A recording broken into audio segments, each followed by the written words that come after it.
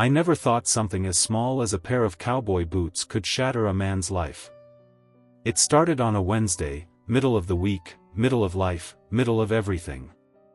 I was sitting at the kitchen table, sipping burnt coffee from the same chipped mug I'd had since college, when my wife, Janie, said she was going for a drive. That wasn't unusual. She liked to cruise around town, said it helped her clear her mind.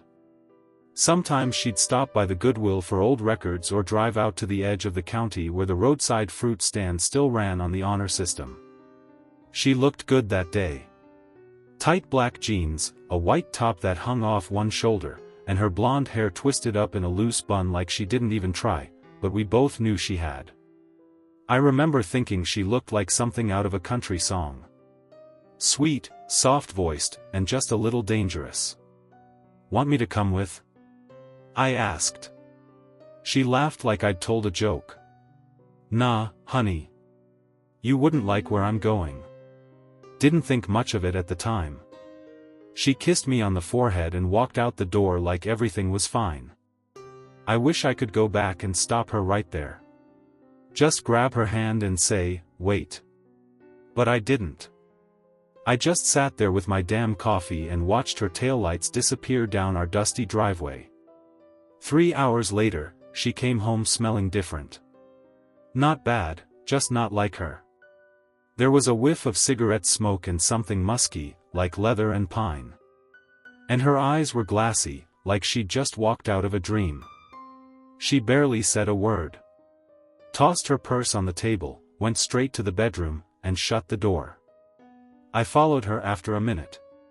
She was sitting on the edge of the bed, still wearing her shoes, staring at the floor like it held the secrets of the universe.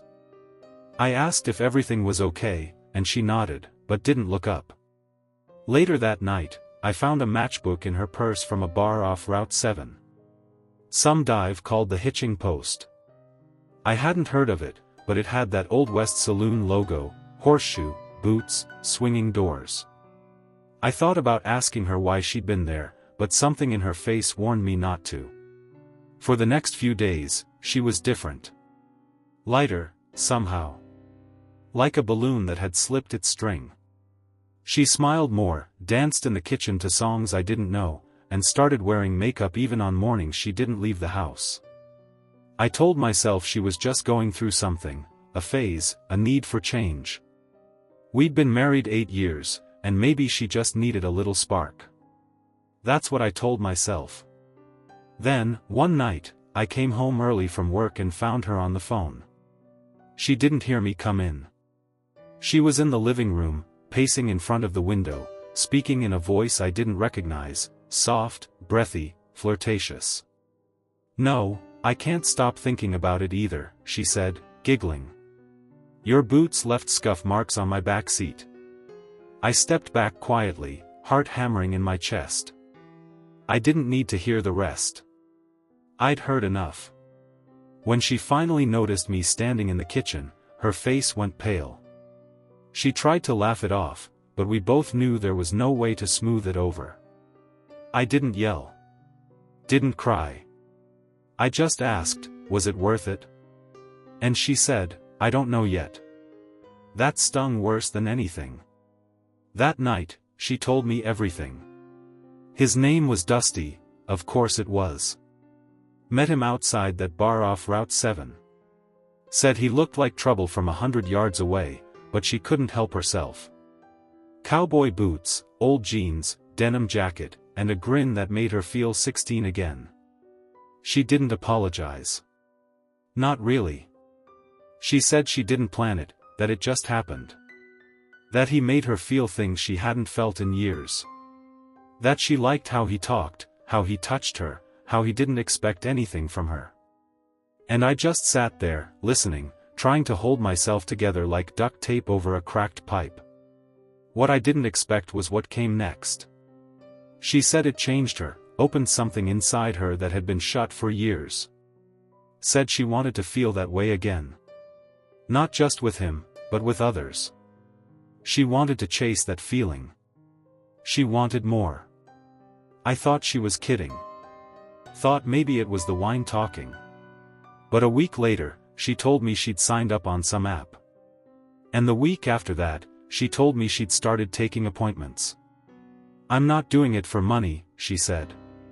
"I'm doing it for me." She said it like she was proud of herself. I should have walked out. Should have packed a bag and left without looking back. But I didn't. Because as twisted as it sounds, I still loved her. I still saw the girl I married, buried under all that hurt and hunger. I stayed. And that's where this story really begins. The morning after she told me, I sat on the porch with a cup of black coffee, watching the sun try to burn through the fog. The air smelled like cut grass and diesel, normal things, comforting things, but none of it touched me. I felt like I was floating, like my body was here but my soul had packed up and left in the middle of the night. Janie came out around 9, hair wet from the shower, wrapped in one of those fluffy white towels she used to steal from hotels when we traveled. She looked radiant. Relaxed. She smiled like nothing was broken between us. Like we were still us. "Hey, baby," she said, like everything was just fine. I nodded. Didn't trust my voice just yet. She sat beside me, her bare legs crossed, sipping a smoothie like some Instagram girl. I watched her out of the corner of my eye, trying to recognize her, this version of her. But the truth is, she wasn't wearing a mask. She'd taken it off. The woman I knew had been the disguise. This, somehow, was real. "I don't want to hurt you," she said softly. "You already did." She looked down, twisting her fingers in her lap. I know. I know I did. But I don't want to lie anymore. I need to do this. That part broke me. Need. Not want. Need. I tried to understand.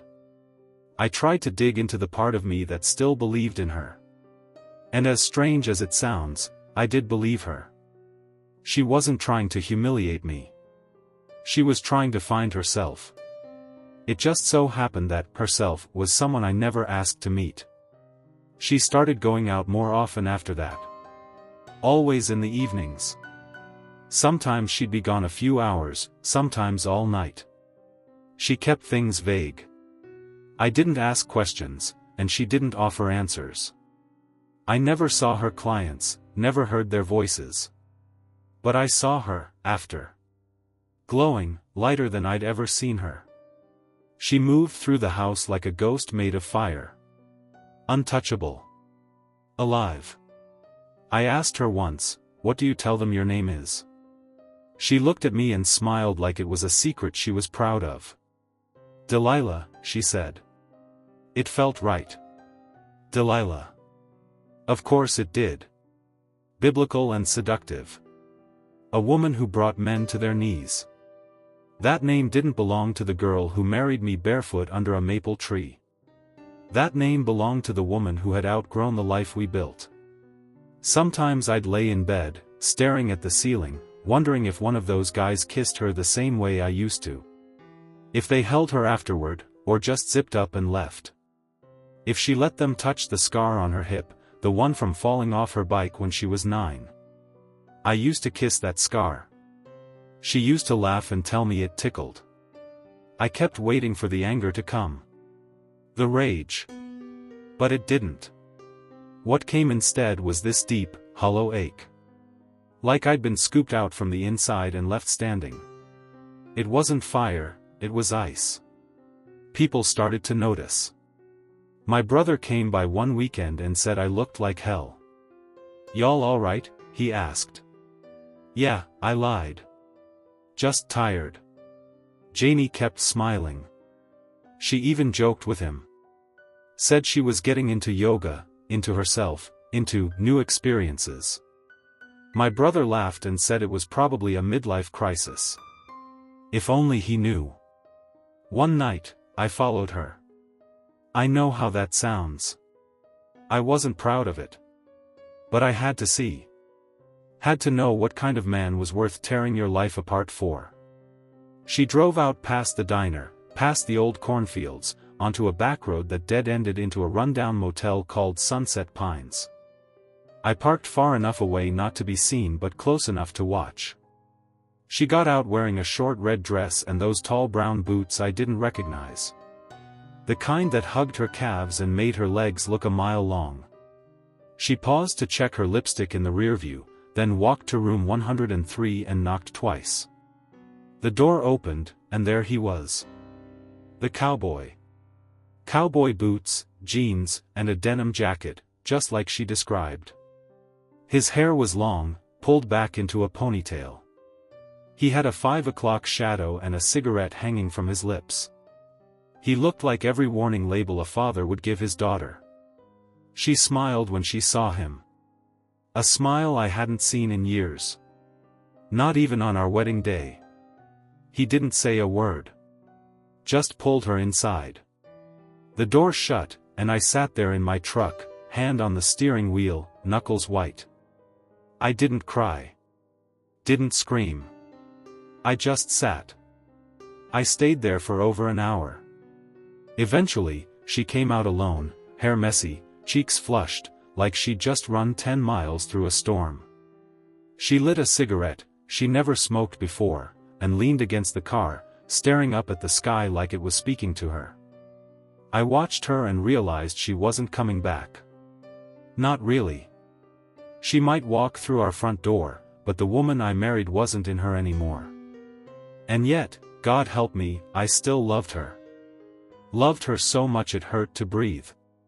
After that night at the motel, I tried to pretend I didn't know. I told myself maybe if I ignored it long enough, it'd all stop. That she'd come home one day, look me in the eye, and remember who we were before the boots, before the name Delilah, before the rooms that smelled like someone else's cologne. She never said a word about him again. Not the cowboy. Not the others. And I never asked. We had our routine, silent, steady, like two actors in a play that no one was watching anymore. She'd make dinner some nights. Sit across from me at the kitchen table, talking about normal things, weather, recipes, the neighbor's barking dog. I'd nod, pretend to listen, but most times I was just studying her face, trying to see if there was still something of the woman I loved in there. Sometimes I swore I saw a flicker. Other times, nothing but shadows. I remember one night she made meatloaf, my favorite. Just like she used to. She even lit a candle and put on some old Sam Cooke vinyl we used to dance to. For a second, it felt like we were back. Just for a second. But then her phone buzzed. She didn't flinch. Just looked down at the screen, smiled a little, then said, "I'll be back late." She kissed me on the cheek and left. That meatloaf stayed on the table all night. I couldn't bring myself to touch it. A couple weeks later, I ran into Amy at the grocery store, her best friend since high school, the kind of woman who wore yoga pants and judgment like armor. She looked me over like I was some broken appliance on clearance. "You holding up okay?" she asked. "Sure," I said. She raised an eyebrow. "You know people talk, right? Let them." Amy stared at me for a long moment. "You love her that much?" I nodded, even though I didn't owe her the truth.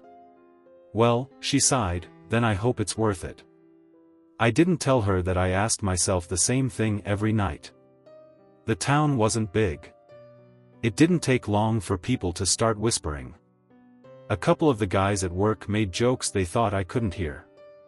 Something about cowboy boots and lucky sons of guns.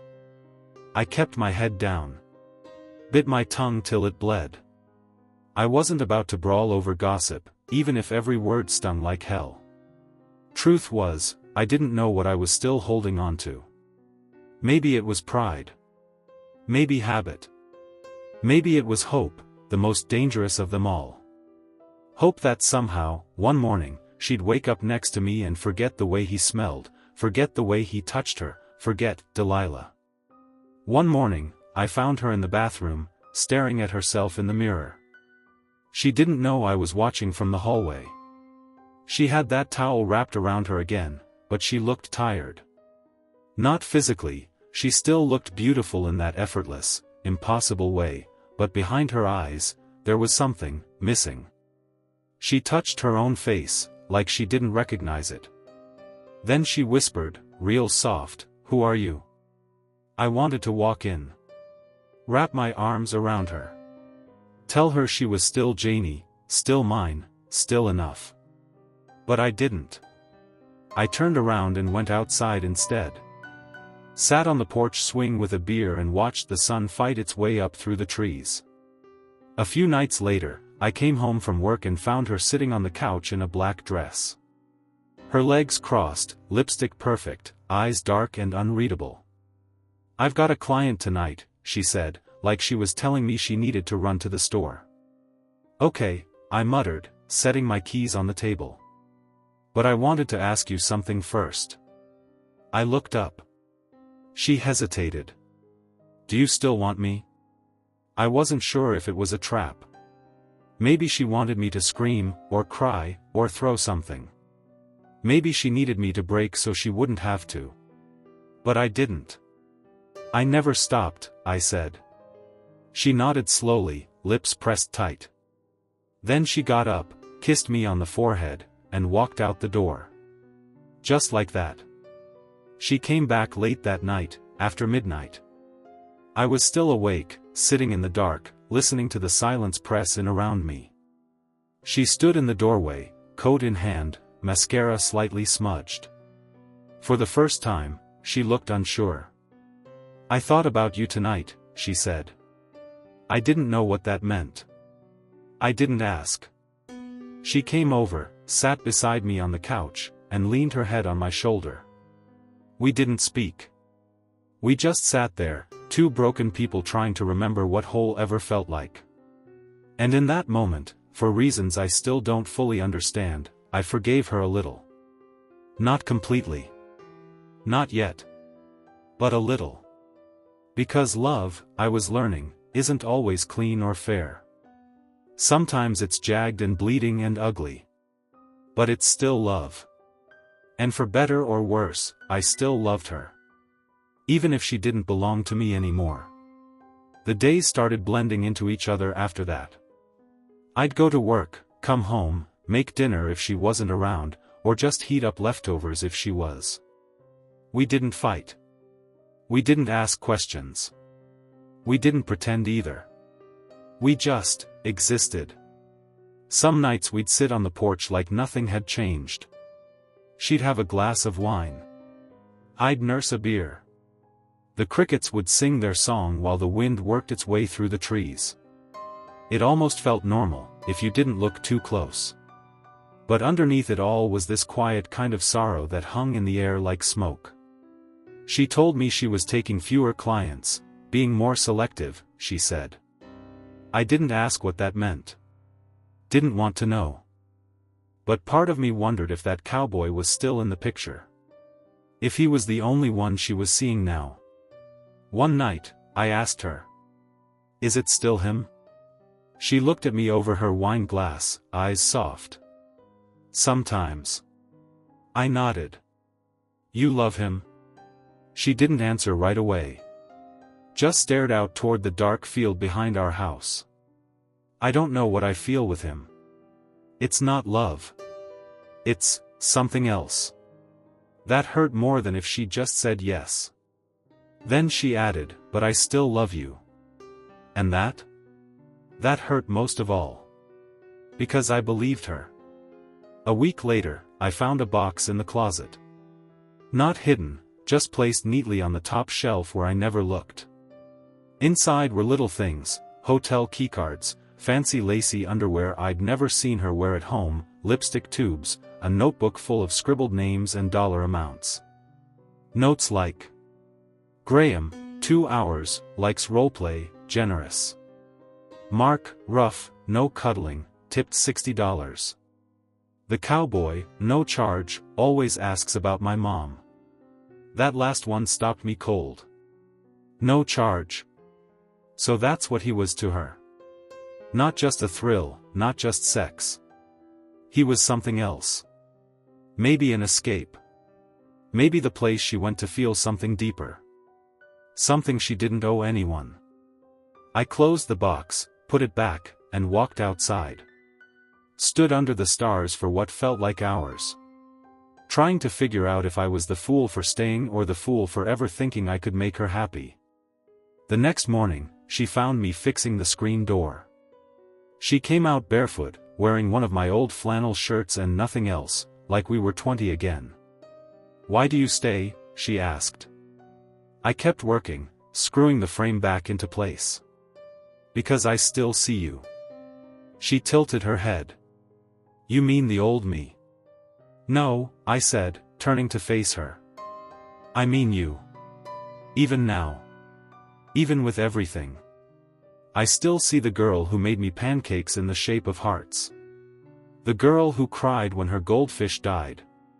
The woman who held my hand through my mom's funeral. I see all of it. The good. The bad. The messy." She didn't say anything. Just looked at me like I'd spoken a language she hadn't heard in years. And maybe I had. That night, she didn't go anywhere. We sat on the couch, watching some dumb cooking show. She curled up beside me, head on my chest. She smelled like lavender and smoke. At one point, she looked up and whispered, "Do you think I'm a monster?" "No," I said. "But I think you're lost." She didn't argue. Didn't defend herself. Just nodded. Then she said something that stuck with me. "I don't feel like I belong anywhere anymore. Not with you. Not with them. I feel like a ghost who just walks from room to room pretending she's still alive." I didn't know what to say to that. But I reached over and held her hand. And she let me. The next morning, she made breakfast. Real breakfast, eggs, bacon, toast, even pancakes. She danced around the kitchen to an old Dolly Parton song, her hair a mess, wearing those ridiculous pink fuzzy socks I always hated and somehow missed. For the first time in what felt like forever, she looked happy. And for a second, I let myself believe. Believe that maybe, just maybe, we could find a way back to each other. That the weight of everything she'd done, and everything I'd forgiven, might not be enough to crush us after all. But deep down, I knew better. Because no matter how much love I had in me, some things can't be undone.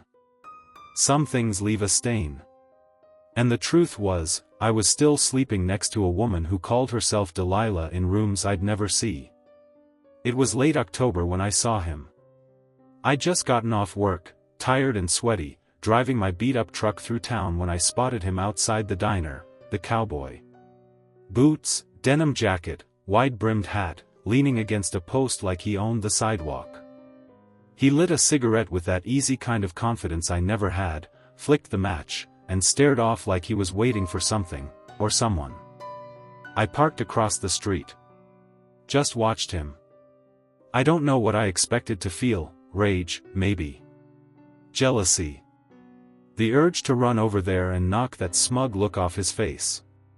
But none of that came. Instead, I just felt tired. Like all the fight had already been drained out of me. After a while, he walked inside the diner.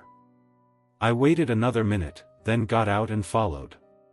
He was sitting at a booth near the back, hat on the table, sipping black coffee. I walked up slow, heart thudding like a hammer, and slid into the seat across from him.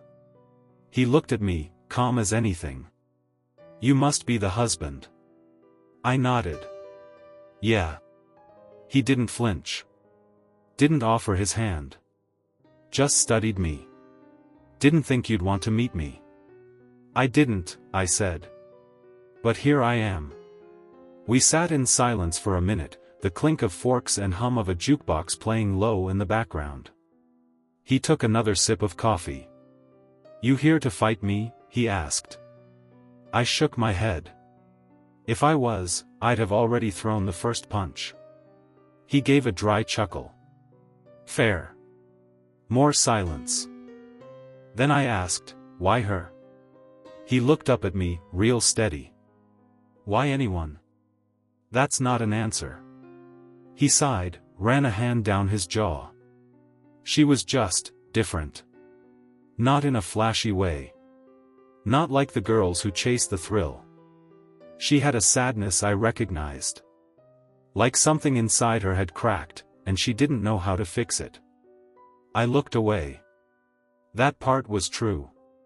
She ever talk about me? I asked. All the time. That surprised me. What did she say? He leaned forward a little. Said you were kind. Said you loved her more than she deserved. Said she didn't know why she kept hurting you. I swallowed hard. Then he added, she cries after. Most times. Thinks I don't hear her, but I do. That broke something in me. I stared at the table, the old wood worn smooth by years of elbows and spilled milkshakes. I hate that you know parts of her I don't, I said quietly. He didn't gloat. Didn't smile. Just nodded like he understood. She's still yours? He asked. I looked up at him. Maybe she never was. When I got home that night, she was sitting on the porch swing, wrapped in a blanket, hair blowing in the cool autumn wind. She looked up when I pulled in, eyes searching mine. I saw him, I said. Her face didn't change. She just looked tired. You talked to him? She asked. I nodded. Yeah. She didn't ask what he said. She probably already knew. I sat beside her, and we rocked in silence for a long while, listening to the creak of the swing and the rustle of leaves. Finally, she whispered, I don't know what's wrong with me. I didn't answer. There wasn't anything I could say that wouldn't sound like a lie. I keep thinking if I punish myself enough, she went on, I'll start to feel clean again. Like maybe I can burn the bad parts off. I reached over and took her hand. It was cold. You're not bad. You don't know everything I've done. Don't need to. She leaned her head on my shoulder. I hate that I still want him. That one hurt, but I didn't pull away. I hate that I hurt you, she added. That one, I believed. A few nights later, she stayed in again. Made chili. Put on sweatpants. We watched a movie and laughed a little. It felt normal. It felt good. And for a second, I thought maybe we were turning a corner. But then her phone buzzed. She didn't move. Didn't look at it. Just stared straight ahead. I waited. You can go, I said finally, voice low. She turned her head toward me, eyes full of regret. Do you want me to? I didn't answer. I couldn't. She stood up, hesitated, then walked to the bedroom. When she came out, she was wearing heels and lipstick again. Don't wait up, she said. But I did. Like always. When she came home, she didn't say anything. Just crawled into bed next to me and curled up like a child. I lay there stiff and still, staring at the ceiling, wondering how many times a heart can break before it just stays broken. She whispered in the dark, I'm scared I don't know how to be saved. I didn't know what to say. Because some nights, I wondered if I was the one who needed saving. She started disappearing for longer stretches after that. Nights turned into weekends. Weekends became stretches of days where her phone went straight to voicemail and I had to sleep on her side of the bed just to smell what was left of her. I got used to lying to myself. I'd tell people she was visiting her sister, or downstate helping a friend. Nobody believed it, not really. But they didn't press. Folks around here know better than to dig too deep into someone else's pain. One Saturday, I found her in the kitchen at dawn. She hadn't been home in 4 days. She looked rough, eyes red, makeup smeared from the night before, a long scratch on her neck like someone had gotten careless. Or aggressive. I made coffee, she said, like she hadn't just vanished on me. I didn't say anything. Just pulled out a chair and sat across from her at the table. She poured 2 mugs, slid one over, then lit a cigarette with shaking hands. "I stayed at a guy's cabin out in Woodvale," she said quietly. "One of my regulars." I nodded. I didn't want details. I just wanted to hear her tell me she was done. That she wanted to come back for real this time. "He says he loves me," she added. That landed like a punch. I took a long sip of the coffee, let the bitterness wake me up a little more. "Do you love him?" She didn't hesitate. "No. But he makes me feel wanted. Important." "You are important," I said. She met my eyes, and there was pain in hers. "Then why do I only feel that way when I'm not with you?" That hurt. But maybe it was fair. Maybe she'd been drowning inside our marriage long before she ever met that cowboy on the side of the road. That afternoon, I went through an old box of our things. Wedding photos, movie tickets, a jar of sand from the beach where I proposed. I found a photo of us from the state fair, me holding up a giant stuffed bear, her laughing so hard she'd fallen out of frame. I stared at it for a long time. That was the girl I married. She used to write notes and hide them in my lunchbox. Leave little doodles on the grocery list. She used to sing in the shower and ask me to dance when a sad song came on the radio. That girl hadn't died.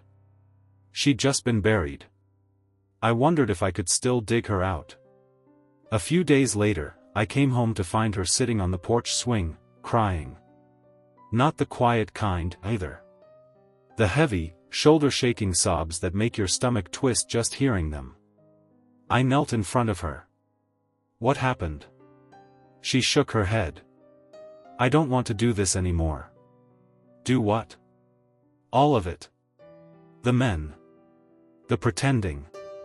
The running away from the only person who's ever loved me without asking for anything in return." It hit me hard. I didn't know if it was real this time, or just another storm before the cycle started over again. But I wanted to believe her. God help me, I did. "Then come back," I said. "Come home for real." She threw her arms around me and buried her face in my shoulder. "I don't know how to be clean again." "You don't have to be clean," I whispered. "You just have to come back." The days that followed were strange. Quiet. She stayed home. Cooked more. Spent whole afternoons in the garden, pulling weeds with a focus I hadn't seen in her for years. At night, she curled up beside me like she used to. No perfume. No heels. Just a t-shirt and warm skin. We'd lie there, wordless, but not empty. She even started seeing a therapist in town. Someone she could talk to without guilt or fear. "I want to be better," she told me one night. "You're already better," I said. She looked away. "Not yet. But maybe I'm on the road." Then came the letter. Folded in half and tucked under the windshield wiper of my truck. No name. Just a few lines, typed on clean white paper. "You think she's done? She'll never be done. You're just the pit stop between rides." It was unsigned. But I didn't need a signature to know who it came from. The cowboy. I showed it to her. She read it, then tore it in two without saying a word. "I'm not going back," she said. "Are you sure?" "Yes." I believed her. But belief is funny. It only works when you stop asking questions. And somewhere deep down, I could feel those questions starting to scratch at the back of my mind again. For a while, things got better. She was home more. She kept her phone off when we ate dinner, and she didn't sneak out at night. She started leaving notes on the fridge again, just like the old days. "Out walking. Be back soon." Or, "I bought peaches. Remember how you used to love peaches?" I'd find myself smiling at her handwriting. At how ordinary it all felt again. One morning, I woke up before the alarm, and she was just lying there, eyes open, watching me sleep. What? I asked, brushing hair from her cheek. You still look at me like I'm your world, she whispered. You are. She bit her lip and turned away. I don't deserve you. I pulled her closer. Maybe not. But you've still got me. We started seeing her family again, cookouts, birthday parties. Her mom looked at me with soft guilt in her eyes, like she knew more than she ever let on. Her dad shook my hand too firmly, like he was compensating for years of silence. And her sister just smiled and asked if we were working things out. I always said the same thing, we're trying. And we were. Really. But something still felt off. Not broken, exactly. Just wounded. Like a cracked window patched up with tape. Looks fine until the wind picks up. Then one evening, I got home late from work and found her sitting in the hallway, back against the wall, knees pulled to her chest. She was staring at the floor like it had told her something awful. What happened? I asked. She looked up, startled. Eyes wide. He's back in town. The cowboy? She nodded slowly. He left a note in my car. Said he wanted to talk. Said he missed me. I could feel the anger boil low in my gut, but I kept my voice steady. Did you talk to him? No. Do you want to? She looked down again. I don't know. That hurt. Not because I didn't understand it, but because I did. That night we lay in bed, backs turned, silence stretching like a canyon between us. You ever think about leaving? She asked into the dark. Yeah, I admitted. I think about it sometimes. Why haven't you? I rolled onto my back, stared at the ceiling. Because the thought of life without you hurts worse than the pain of what we've been through. She didn't say anything after that. She just took my hand under the blanket and held it tight. 2 days later, she came home with a bruise on her arm. It wasn't big. Just a thumbprint, really. Faint, but visible. My heart dropped. Who did that? She froze. It's nothing. Tell me.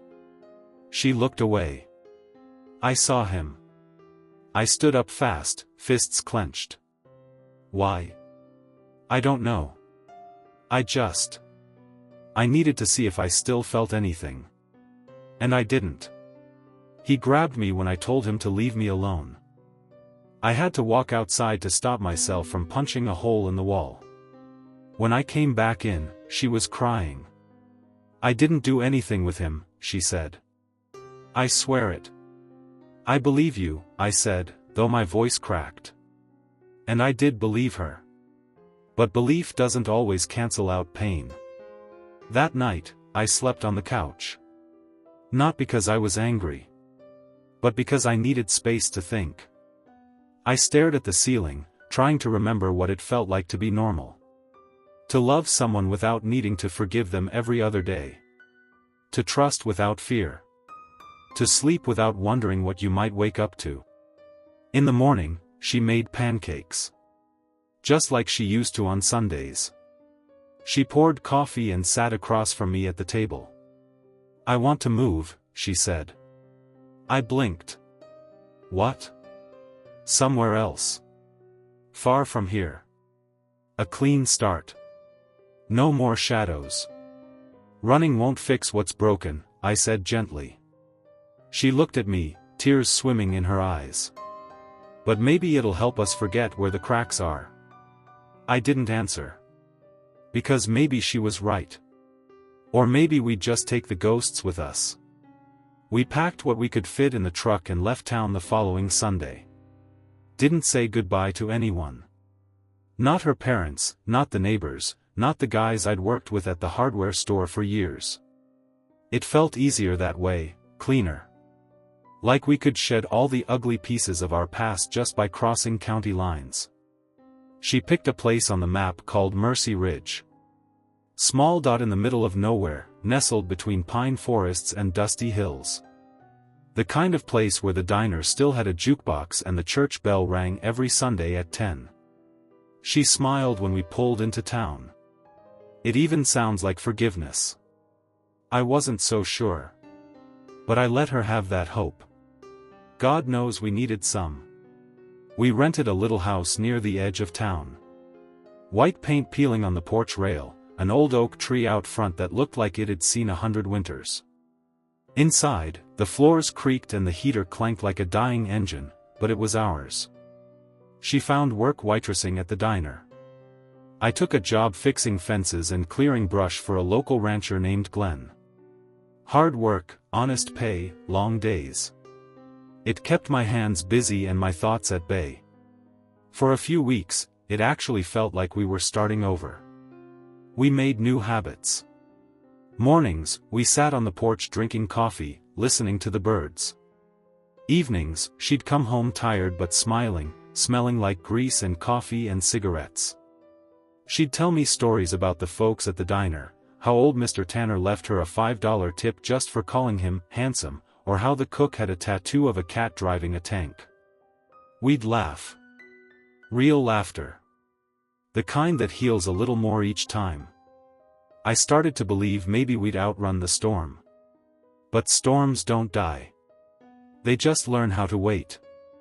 One afternoon, she didn't come home after her shift. I waited. An hour. Then 2. Called the diner. The girl who answered said she'd left at 4:30 like usual. By 9 o'clock, I was driving through the back roads, eyes scanning every parked car, every roadside bar. I found her in her car. In the parking lot of a rundown motel outside town. She wasn't alone. There was a man in the passenger seat, young, maybe mid-20s, rough-looking. Cowboy boots. Denim jacket. Same type. I pulled up beside them, shaking. When she saw me, she climbed out of the car fast, hands up like she was caught in a lie. It's not what it looks like. But it was. And we both knew it. I didn't fight the guy. Didn't even speak to him. I just turned around, got back in my truck, and drove. I ended up back at the house. Sat on the porch until the sun came up. She came home around dawn. Hair messy, face pale, eyes red. She didn't say anything at first. Just sat beside me, silent. I thought we left all that behind, I said finally. I did too, she whispered. But, it's like a part of me never left it. I can't keep doing this, I said. I know. She pulled her knees up to her chest, looking small. He offered me money. I didn't take it. I swear I didn't. That wasn't the part that hurt. It's not about money, I said. It's about you choosing him. Again. She didn't argue. Didn't beg. Just cried quietly beside me while the town slowly came to life. We didn't speak for a couple days after that. I went to work like nothing happened. She stayed home. No more laughter. No more porch coffee. Just space and silence. She left a note on the counter the third morning. I'm going to see someone in town. A therapist. Don't give up on me. Please. I sat with that note in my hands for a long time. I wanted to be done. I wanted to stop loving her. But love doesn't always give you a choice. Sometimes it just roots itself in you like an old tree, and cutting it out feels a lot like dying. She started therapy that week. Her sessions were every Thursday afternoon with a woman named Dr. Ellen Kessler, who ran a small practice out of a converted garage near the edge of town. I'd drop her off sometimes, sit out front in the truck watching folks walk by. It gave me time to think, too much time, maybe. When she came back out, she never said much. Just sat quietly, sometimes held my hand. Other times she'd look out the window like she was watching something I couldn't see. She said it was helping, though. Said she was trying to understand why she kept running toward pain and calling it freedom. I tried to stay busy. Fixed up the shed out back. Painted the porch rails. Cut the old oak tree's lower branches and built a swing from a spare tire and some rope. Didn't know who I built it for, maybe some part of me thought we'd have a kid one day. Or maybe I just needed to create something that wouldn't fall apart. The house was quiet those weeks. No music. No arguments. Just us two ghosts haunting the same floorboards, each waiting for the other to speak first. Then one night, she came into the living room where I was watching TV and sat down beside me. She smelled like peppermint gum and diner grease, her usual. But something was different in her eyes. Like she'd walked through fire and come out on the other side still smoking. "I slept with him," she said. My chest went tight. "I know," I replied softly. She blinked. "You did?" "Yeah. I knew the second I saw you in that motel lot." She looked at her hands, ashamed. "I thought I could stop, but there's this hollow inside me. It's loud. And sometimes I fill it with things that only hurt." I didn't say anything. Not right away. Then I whispered, "I've got a hollow too. Only I filled mine with you." She broke down then. Right there on the couch. Head in her hands, knees pulled to her chest. Crying like she was trying to get the poison out. I didn't touch her. I didn't say it was okay. Because it wasn't. But I didn't walk away either. That has to count for something, doesn't it? After that night, something shifted between us. She got honest, brutally so.